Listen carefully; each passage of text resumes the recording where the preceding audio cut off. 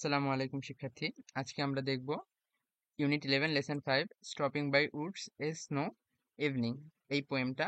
তো এর আগে আমরা এই পোয়েমটা যেভাবে দেখি এর আগে সেইভাবেই দেখবো। এর আগে যেভাবে দেখেছি, তোমরা যারা আমার এর আগের ভিডিওগুলো দেখোনি তারা আমার চ্যানেলে গেলে এই প্লেলিস্ট অপশন থেকে এই 40টা ভিডিও এখানে দেওয়া আছে। প্রত্যেকটা ভিডিও এইভাবেই সুন্দরভাবে বুঝিয়ে দেওয়া আছে, তোমরা এই প্লেলিস্টটি সেভ করে রাখতে পারো।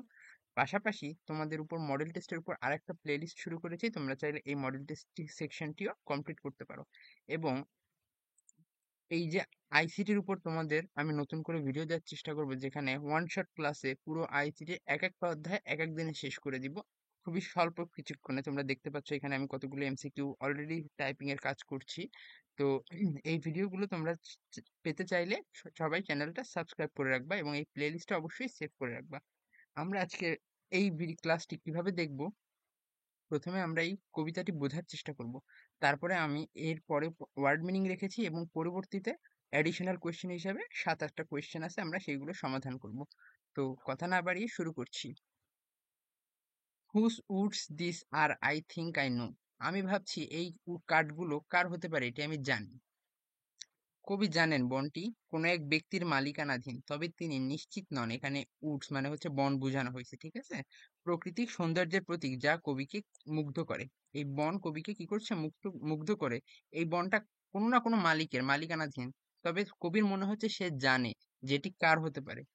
হিস house is in the village through. তবে তার বাড়ি তো গ্রামে রয়েছে। বনের মালিক যে, তার বাড়ি তো গ্রামে রয়েছে, বনের মালিকের গ্রামে বাস করেন। তাই সে যে দেখতে পাবে না যে কবি তার বনে এসে দাঁড়িয়েছে। এটি বোঝায় যে প্রকৃতি সবার জন্য উন্মুক্ত, কিন্তু বেশিরভাগ মানুষ এতে তেমন আগ্রহ দেখায় না। He will not see me stopping here. সে আমাকে এখানে থামতে দেখবে না। মানে কবি যে সেখানে দাঁড়ায় রয়েছে সেটা ওই বনের মালিক কি দেখতে পাবে না। কবি মনে করেন বনের মালিক দূরে থাকায় কেউ তাকে এখানে দাঁড়িয়ে থাকতে দেখবে না। এটি ইঙ্গিত করে যে কবি নিঃসঙ্গতা এবং প্রকৃতির সৌন্দর্য উপভোগ করতে চান। To watch his Woods fill up with snow. কবি হচ্ছে সেই মালিকের যে বন, সেই বনটা ধীরে ধীরে তুষারে ঢেকে যাচ্ছে তা দেখতে চায়। কবি দাঁড়িয়ে দেখে তুষারে বনকে ঢেকে দিচ্ছে, যা এক মনোমুগ্ধকর দৃশ্য। এটি শান্তি, সৌন্দর্য ও নির্জনতার প্রতীক। My little house think it queer. আমার ছোট্ট ঘোড়াটিও নিশ্চয়ই একে অদ্ভুত ভাবছে। কবির ঘোড়া অবাক, কারণ এটি এমন অপ্রত্যাশিত স্থানে থামার অভ্যস্ত নয়। ঘোড়া এইভাবে হঠাৎ অচেনা জায়গায় থামে না। এখানে ঘোড়াটি বাস্তব জীবনের যুক্তিবাদী অংশের প্রতীক, যা প্রশ্ন তোলে কবি কেন এখানে থামলেন। কবি থামছে কারণ প্রকৃতিকে উপলব্ধি করতে চায়, সে উপভোগ করতে চায় প্রকৃতিক সৌন্দর্য। To stop without A farm house নেয়ার। এখানে কোনো খামার বাড়ি ছাড়া থামা তো অস্বাভাবিক, কারণ ঘোড়া তো এইভাবে কোনো রাস্তার মাঝখানে থামে না। এটা ছোট ঘোড়ার কাছে অস্বাভাবিক লাগছে যে কেন থামছে সে। মানুষ সাধারণত পরিচিতি বা নিরাপদ জায়গায় থামে, কিন্তু কবি নির্জন বনের মাঝে দাঁড়িয়ে আছেন, যা একটি অন্যরকম আকর্ষণের প্রকাশ। Between the woods and frozen lake. বনের আর জমাট বাঁধা হ্রদের মাঝে কবি এমন এক জায়গায় আছেন যেখানে একাধিক বন একাধিক গহীন বন, অন্যদিকে বরফে ঢাকা হ্রদ। এটি প্রকৃতির শান্ত অথচ রহস্যময় পরিবেশ বোঝায়। The darkest evening of the year. বছরের সবচেয়ে অন্ধকারময় সন্ধ্যা এটি। এটি শীতকালীন আয়ানন্ত ইঙ্গিত করতে পারে, যা বছরের দীর্ঘতম রাত। এটি নিঃসঙ্গতা ও গভীর চিন্তার প্রতীক। শীতের কিছু কিছু দু একদিন 23শে ডিসেম্বর বা এমন কিছু রাত আছে না যেগুলো দীর্ঘতম, শেষই হয় না, সেটাকেই বোঝানো হয়েছে দ্য ডার্কেস্ট ইভিনিং দিয়ে। হি গিভস হিজ হার্নেস বলস এ শেক। সে তার মানে ঘোড়াটা কি করলো, ঘোড়া তার লাগামের ঘন্টা ঝাঁকিয়ে বাজায় দিল। মানে কবিকে সজাগ করার চেষ্টা করছে, তুমি এখানে কেন দাঁড়াইছো, এটা তো অনেক ঘন অন্ধকার, এখানে যে কোনো বিপদ থাকতে পারে, তাই সে কবিকে সতর্ক করছে। ঘোড়াটি বাজি ঘোড়াটি বাজিয়ে কবিকে জাগিয়ে তুলতে চায়, যেন সে বুঝতে পারে এখানে থামা কি ভুল ছিল। এটি বাস্তব জীবনের দায়িত্বের প্রতি ইঙ্গিত করে। কার দায়িত্ব? ঘোড়ার দায়িত্ব তার মালিককে সঠিক এবং সেফ রাখা। To ask if there is some mistake. জানতে চায় কোনো ভুল হলো নাকি। ঘোড়া জানতে চাচ্ছে মালিকের কাছে, আমার কি কোনো ভুল হয়েছে, এখানে কেন দাঁড়াইছো। কবি প্রকৃতিতে এতটাই মুগ্ধ যে সে বাস্তবতা ভুলে গেছে, কিন্তু ঘোড়ার ঘন্টার শব্দ তাকে মনে করিয়ে দেয় সে থামতে পারে না, তাকে এগিয়ে যেতে হবে। The only other sounds the শুধু আরেকটা শব্দ শোনা যায়, তা হলো নরম বাতাসের ধাক্কা। এটি বোঝায় নিঃসঙ্গতা ও শীতের শান্ত পরিবেশ। শীতে যখন ওই বেড়ার ফাঁকের থেকে ঠান্ডা বাতাস ঢুকে না, সেটাও কিন্তু শীতের শান্ত পরিবেশকেই বোঝায়। Of easy wind and downy flake, মৃদু বাতাস ও তুলার মতো নরম তুষারপাত। শীতের শান্ত আবহ এখানে কবির অভ্যন্তরীণ শান্ত ও একাকিত্বের প্রতিচিত্র। The woods are lovely, dark and deep, বন অপরূপ, গভীর ও রহস্যময়। কবি প্রকৃতির মোহময় সৌন্দর্যে মুগ্ধ, যা তার মনে গভীর আকর্ষণ তৈরি করে। এটি জীবনের আকর্ষণীয় কিন্তু অনিশ্চিত দিকগুলোকে বোঝায়। But I have promise to keep, কিন্তু আমার কিছু প্রতিশ্রুতি আছে যা রক্ষা করতে হবে। কবি জানেন তিনি এখানে চিরকাল থাকতে পারবেন না, তার জীবনের দায়িত্ব কর্তব্য রয়েছে যা তাকে এগিয়ে যেতে বাধ্য করে। And Miles to go before I sleep, এবং ঘুমিয়ে যাওয়ার আগে তার অনেকটা পথ অতিক্রম করতে হবে। এটি জীবনের দীর্ঘ যাত্রা প্রতিকায়িত করে, মানে তার জীবন থেমে যাওয়ার আগে তার অনেকগুলো কর্তব্য যেগুলো সে পূরণ করে যেতে চান, এটাকেই বোঝানো হয়েছে যে ঘুমানোর আগে তার অনেক পথ অতিক্রম করতে হবে, তার এখনো অনেক কাজ বাকি, তাই এখানে তিনি বেশিক্ষণ থাকতে পারেন না। And Miles to go before I sleep, এবং ঘুমানোর আগে অনেক পথ যেতে হবে। এই লাইনটা পুনরাবৃত্তি করা হয়েছে যা দায়িত্ববোধের গুরুত্ব বোঝায়।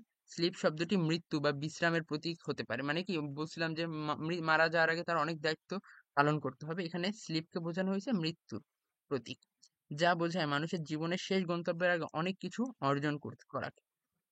এখন আমরা ওয়ার্ড মিনিং দেখি। উডস মানে বন, আমরা উডস মানে কিন্তু কাঠ জানতাম। ভিলেজ গ্রাম। কুইরি মানে অদ্ভুত, অস্বাভাবিক। ফার্ম হাউস মানে খামার বাড়ি। ফ্রোজেন মানে জমাট বাঁধা। হারনেস মানে লাগাম। সুইপ মানে বইতে থাকা। ড্রোনি মানে তুলোর মতো নরম। ফ্লেক মানে তুষার ছোট ছোট টুকরা। লাভলি মানে মনোমুগ্ধকর।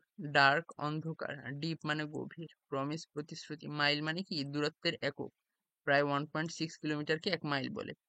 স্লিপ হচ্ছে ঘুম বা এখানে মৃত্যু বোঝাতে ব্যবহার করা হয়েছে। এখন আমরা এটার সারাংশ দেখব। এই কবিতায় কবি প্রকৃতির শীতল নির্জন সৌন্দর্যে মুগ্ধ হন, কিন্তু তিনি জানেন তাকে বাস্তব জীবনের দায়িত্বে ফিরে যেতে হবে। এই কবিতাটা আমার মনে হয় নিম গাছের সাথে কিছুটা সমতুল্য। নিম গাছের মানে সৌন্দর্যেও কিন্তু কবি মুগ্ধ হয়েছিল, কিন্তু নিম গাছ কবির সাথে যাইতে চাইলেও যাইতে পারে নাই। কেন? সংসারের মেলা বাধার কারণে সে কিন্তু, তার শিকড় কিন্তু মেলা গভীর পর্যন্ত চলে গিয়েছিল, যার কারণে সে যাইতে পারে না। আর কবিও এই ঠিক একইভাবে কবিও এখানে সৌন্দর্য উপভোগ করতে চান, কিন্তু পারবেন না। কেন? তার মৃত্যুর আগে অনেক দায়িত্ব পালন করতে হবে, কিন্তু তিনি জানেন তাকে ব্যস্ত জীবনের দায়িত্বে ফিরে যেতে হবে। এটি সৌন্দর্য বনাম দায়িত্ববোধের দ্বন্দ্ব দেখায় এবং আমাদের মনে করিয়ে দেয় যে জীবনের কাজ শেষ করার আগে আমরা থামতে পারি না। তুমি এই ব্যাখ্যাটি এবার আমরা দেখব। তোমাদের বলে রাখি, আমি এই প্রত্যেকটা কবিতাই আমি এইভাবেই সিকোয়েন্টলি বুঝাইছি। তোমরা যারা এই ভিডিওগুলো দেখোনি, তারা এই ভিডিওগুলো আসসালামু দেখে আলাইকুম। আসো। আমি লাস্টে দেখাইছি হচ্ছে time, you old gypsy man. তার আগে দেখাইছি দ্য স্যান্ডস অফ ডি। প্রত্যেকটা এই প্লে লিস্টেই পেয়ে যাবে, তোমরা এগুলো দেখে আসো। এবার হচ্ছে, where do you think the poet is going? Where is he going there? Why is he going there, সে সেখানে কেন যাচ্ছে? The poet is likely travelling towards his home or an important destination where he has responsibilities to fulfil. মানে কেন এখানে জিজ্ঞেস করেছে কবি কোথায় যাচ্ছে এবং কেন যাচ্ছে। কবি যাচ্ছে হয়তোবা তার হোম বাসায় অথবা কোনো একটা গন্তব্যে, যেখানে তার কিছু দায়িত্ব পূরণ করতে হবে বা কর্তব্য পালন করতে হবে। He is going there because he has duties and promises to keep, মানে তার কিছু ওয়াদা দিছিল, প্রতিশ্রুতি দিছিল, সেগুলো রক্ষা করতে হবে। Which prevent him from staying in the peaceful and beautiful woods for too long, যেটি তাকে বাধা দেয় ওই সুন্দর বনে বেশিক্ষণ থাকতে। Why did the poet stop by the woods though it was dark and he was alone? কেন কবি ওই বনের মধ্যে থামলো, যদিও সেখানে অন্ধকার ছিল এবং সে ছিল একা? The poet stopped by the woods because he was enhanced by the beauty of the falling snow. মানে কি সে এই সৌন্দর্যতে মুগ্ধ হয়েছিল। কিসের সৌন্দর্যতে? বরফ পড়ার, বরফ যে বনকে আচ্ছাদিত করে বা ঢেকে দিচ্ছিল, এই সৌন্দর্যে মুগ্ধ হয়েছিল। And the peacefulness of the place, ওই প্লেসের শান্ততা দেখে সে খুবই আনন্দিত। Even though it was dark, যদিও এটা অনেক অন্ধকার ছিল, তারপরও সে ওখানে থাকতে চাইছিল এবং এনজয় করতে চাইছিল ওই শান্ত সময়টাকে। Guess what promise the poet had to kept before he could sleep, মানে তার ঘুমিয়ে যাওয়ার আগে তার কি কি প্রতিশ্রুতি রক্ষা করতে হবে এটা তোমাকে গেস করতে বলা হয়েছে। The promises in the poem likely refers to the duties and responsibilities, এটি কি তোমার দায়িত্ব কর্তব্য বোঝায় প্রমিস বলতে, যেগুলো কবির জীবনে রক্ষা করতে হবে। It could be his family, work or commitment, এটা হতে পারে তার পরিবার, তার কাজ এবং তার কোনো প্রতিশ্রুতি। দ্যাট হি মাস্ট কমপ্লিট, যেটা তার অবশ্যই পূরণ করতে হবে। বিফোর রেস্টিং, বিফোর রেস্টিং বলতে কি এখানে মৃত্যুকে বোঝানো হয়েছে। এবার আমরা অ্যাডিশনাল কোয়েশ্চেন দেখবো কিছু। What is the mood of the poem and how does the poet create it? The mood of the poem is calm, reflective, and slightly melancholical. The poet creates this melancholic, এটা হচ্ছে melancholic. The poet creates this mood by describing the silent snowfall, the deep and dark woods, and the lonely settings. The soft sounds of the wind and harness bells add to peaceful yet thoughtful atmosphere. The repeated last lines also gives a sense of longing and duty. আমি এতক্ষণ যা বললাম ঠিক একই জিনিসটা, এটা হয়তো একটু বুঝতে সমস্যা হয়েছে। আমি আবার বলি যে এই কবিতার মুড কি কি মুড ছিল বা কোন কোন মুহূর্ত ছিল, মুহূর্তকে কি কি বলা হয়েছে। একটা শান্ত, রিফ্লেক্টিভ মানে কি একটা তোমার প্রতিচ্ছবি দিচ্ছে, আর স্লাইটলি মেলাক্ললিক, এটা অর্থ আমি সঠিক মনে পড়ছে না, তোমরা একটু সার্চ দিয়ে দেখতে পারো। The poet creates this mood by describing, কি কি ডিসক্রাইব দ্বারা এই মুডটা ক্রিয়েট করছে? Silent snowfall, deep and dark woods, মানে শান্ত অন্ধকার এবং কালো ঘন বন দ্বারা। What do the wood symbolises in the poem, এই উড বলতে কি বোঝানো হয়েছে? এটা peace, beauty and temptation to rest. They represent a place where the poet feels drowsy to stay and enjoy natural scenery. এখানে উড বলতে বোঝানো হয়েছে বন, যেখানে কবি কিছুক্ষণ থাকতে চান এবং প্রাকৃতিক সৌন্দর্য উপভোগ করতে চান।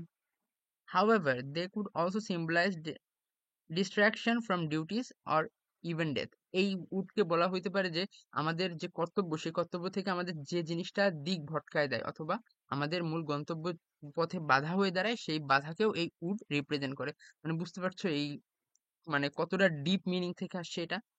Why is the last line "the miles go to before I sleep" repeated? What does it mean? এটা মানে রিপিট কেন করা হয়েছে এবং এই রিপিট দ্বারা কি বোঝানো হয়? The repetition of the lines emphasizes the importance of the poet's responsibility. Repeat করা হয়েছে এর কারণ কি? এটা গুরুত্ব আরোপ করছে কবির কর্তব্যের উপর। যে কবি আসলে কবির যে কর্তব্যগুলো সেটা আসলে কতটা গুরুত্বপূর্ণ তার জীবনে। It means that the poet has a long way to go before he can rest. তার অনেকটা পথ যেতে হবে, তার পূর্বে সে কোনো রকম বিশ্রাম করতে পারবে না।